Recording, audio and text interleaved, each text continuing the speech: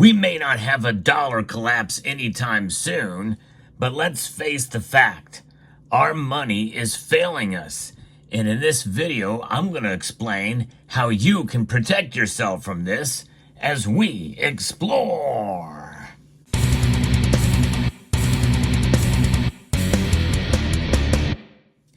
Everyone is feeling it in one way or another, no matter what income bracket you find yourselves in. And by the way, who decides what those brackets are? That's the first thing I want to talk about, because it all is about taxes. That's right. The more money you make, the more you pay in taxes. Now we know there are loopholes there, but what is a tax? It's something that the government gets out of you for your hard-earned money that you make. But they can get it from you in terms of policy that they implement through the Congress, through laws, tax laws. But another way they can do it is hiding it with inflation. And that's where the vast majority of us suffer. Now, obviously, for those in the lower income levels through the middle class, we feel it a whole lot more than those at the top. But it affects everything, including the economy. No question about it. We're feeling it right now. Some people feel that it's only going to be a matter of time before we start to see, a collapse in the economy. And what could occur after that? Well, some people feel that the dollar itself could collapse, but more likely it will be reset. But how do we get here? Let's go back in time a little bit and discuss how this happened. You know, one can liken it to essentially a shell game, if you will. I'm going to be referencing a piece here by Joshua Glosson that gives this analogy like a street performer standing behind a table, moving 3 shells around at lightning speed, concealing a pea beneath each one of them. As the audience watches closely, they try to follow the pea's location, only to realize that no matter how well they track it, they've been fooled. If you replace that street performer with the Federal Reserve and the U.S. government, the shells with gold, silver, and paper money, and the pea with real value. So that's essentially the setup here. It's a shell game, essentially. And it's one of epic proportions. And this is where we go back in history and see what's happening. You know, what you see on the screen here is a $100 bill. And I'm going to give you a little illustration as to what this means through time. And this essentially equals this back in 1913 when the Federal Reserve Act was enabled. In other words, this has lost about 99% of its value if you measure it with most of the levels of inflation that we used to measure for inflation before. And to further bring this to a point home to you, let's have an understanding of what happened in just a matter of a few years. This is a brand new Federal Reserve note with the newest Treasury Secretary, who, by the way, used to be the Fed chair, Janet Yellen. You just go back to when this was printed to a few years ago when this was the dollar. That's right. And this is the dollar that was worth a whole lot more than this dollar with the recent inflation that we have been seeing here in this country. And inflation is still sticking with us. And that is a real problem, folks, because year over year, well, we're well into the double digits, probably about 20% inflation in the last couple of years. When you stack it on top of each other, that's really the hard reality, folks. And that's a big drop in the value of your money over the course of a couple of years. And when you think about it like that, it really makes sense. It really is kind of a shell game. But before that game began, money was simple and trustworthy. And by the way, yes, I'm calling this fiat paper note money. I've explained this several times before, but I'll explain it again. Because money is a unit of exchange, and it is fungible, it is tangible, it is divisible, but it is also a store of wealth. And it is just a declining store of wealth, but it is not enough that people don't have trust in it, even with inflation where it is today. And this is why it is accepted around the world. The dollar, 58% of all international transactions in reserve are in the dollar. Still a pretty good majority, which means it's not going away anytime soon. But there is a better solution than the dollar, because this is unsound money. Of because gold and silver was money at one time, active money, and that was simple and trustworthy. Gold and silver. As you can see here, here's the units. The largest unit for gold was a $20 gold piece, as you can see here, and this actually circulated as money. And these $20 gold pieces did not circulate very, very widely because $20 was a heck of a lot of money way back in the early 1900s when this coin was minted, 1910 to be exact. And this coin here is a $1 coin, and these circulated, but really not quite as much because they're pretty large as well too. But usually the more common types of gold coins that would circulate would be the gold eagle, such as you see here, a $10 piece. And then the $50, which is probably the largest size that did circulate fairly frequently back in the day, all the way down to the smallest size, a silver dime, in this case the Winged Liberty dime. So there's various different kinds of ways that money can be spent with divisibility and a constant store of value. That's what gold and silver have been for thousands of years. And therein lies the answer, how to protect yourself with gold and silver. We'll get into that down the road, because there's another way you can protect yourself with inflation that's not quite as good as gold and silver. So it's sort of anticlimactic, but you're going to want to stay tuned for that, because I'm actually implementing that strategy as well on my end too. So gold and silver possessed universally accepted value across time and culture. Let's talk about the passage of time, shall we? That's right. The passage of time really does reveal the truth. History repeats itself, and if it doesn't, it most surely rhymes. And it also transcends culture. The U.S. Constitution formally affirmed their role as money and reaffirmed throughout history, because our founding fathers, they understood this. They studied history long before 1787 on September the 17th, when it was ratified by Delaware, the first state to do so, in Article 1, Section 10. Coins made from these metals weren't just tokens. They were actual wealth. But as commerce expanded, many people found carrying gold and silver cumbersome, and paper money backed by gold and silver became seen as more practical.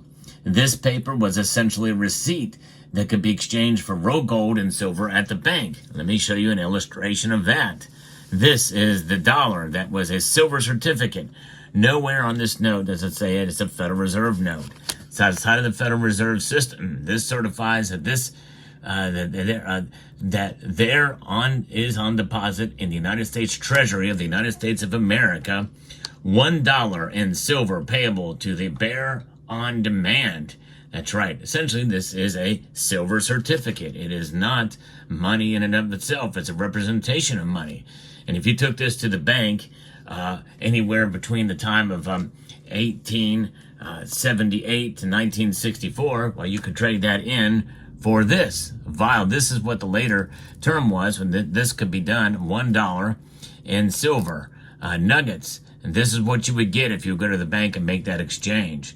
And as approved by the Secretary of the Treasury on June 4th, 1963, in this case, public law, it says there, 88-36, may be secured only by presenting in person one silver certificate to United States Assay Office, and then it gives you the address there at the time. This is no longer applicable, obviously.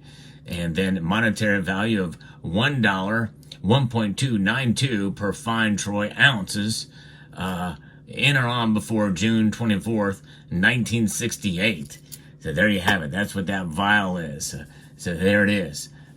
Interesting, fascinating. But that is a certificate. Not money itself, but a certificate representing true money, silver. And that was what could be done, as illustrated here. But then, we know what happened. The Federal Reserve Act was born. The Federal Reserve Act, let's bring this other dollar back into the sway here. You can see the difference between these dollars is not necessarily in size and the ink, although variable depending on what it is.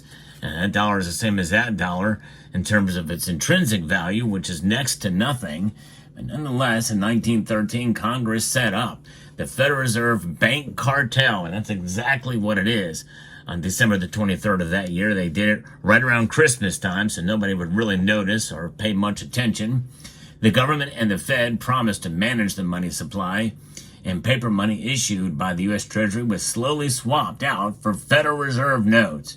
And by the way, they should have learned recent American history, because 2 times in American history before the Federal Reserve was born, and when paper was essentially a receipt that could be exchanged for real gold and silver at the bank, they tried this. The Continental Army tried this, and what happened? The British ended up counterfeiting a bunch of it, but they printed so much of it to try to pay.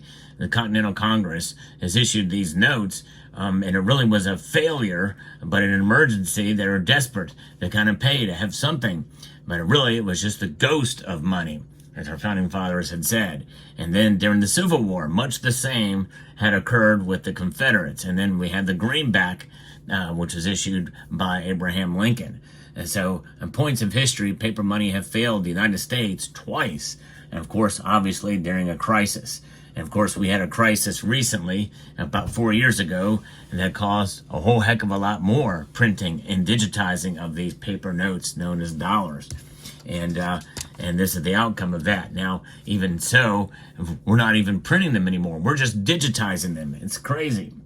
So they were still technically backed by gold, though, upon the Federal Reserve Act. It was a first step in separating real money from its paper stand-in.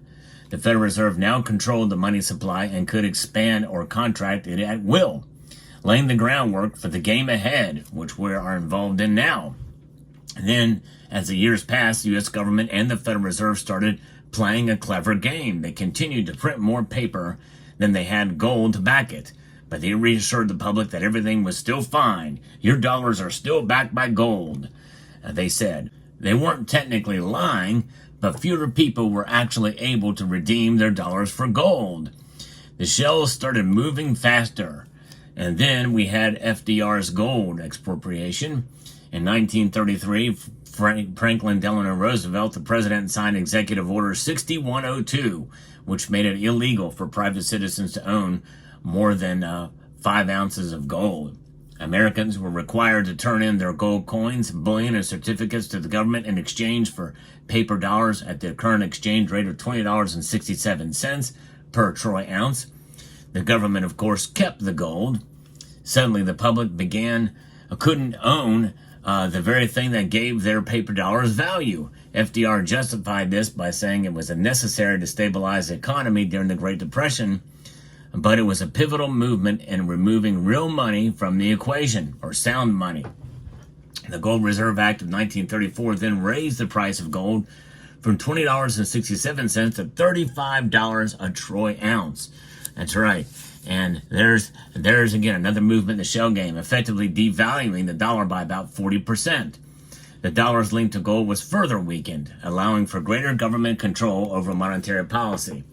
Fast forward 10 years later came the Bretton Woods Agreement in New Hampshire. The U.S. persuaded central banks across the globe to effectively make the dollar the world's reserve currency. Other nations could exchange their currencies for U.S. dollars, which were still formally redeemable for gold. However, only foreign governments, not regular people, could make this exchange. While the limited gold standard was intended to appear like a strong guarantee of value, the U.S. government kept printing more money than it had gold to back it, especially during the 1960s. Then came 1971. This former sleight of hand was finally revealed. Other nations were turning in their dollars for gold, causing the U.S. gold reserves to dwindle. President Richard Nixon announced that the U.S. would temporarily stop allowing foreign governments to exchange their dollars for gold in August of 1971, effectively ending the Bretton Woods system, closing the gold window. It's known as the Nixon shock. Was a moment the P completely disappeared from the table. Nothing at all of value there. And of course, at that time, it was still illegal to own gold at that time. And also, in 1964, it was announced that the silver would be removed from our pocket change. Or coins, no silver coins. They all became clad. And that was also something that was done by Nixon's predecessor, Johnson. From then on, the US dollar had no tie to gold. It became purely a fiat currency, which meaning it was only worth what the government said it was, and what the public and markets at large believe it was. The shells kept moving, but there was no P to find anymore. The game had changed. Money was now purely a matter of trust and not tangible value. Then we had floating exchange rates, and in 1973, the world embraced these floating exchange rates. Currencies were no longer pegged to a commodity like gold, but their value fluctuated based off market forces and official interventions. And the shell game became a global phenomenon, with every major currency unanchored in real value. And that was further exacerbated when Henry Kissinger set us up with the petrodollar, a deal with Saudi Arabia, that they would exchange oil only for dollars.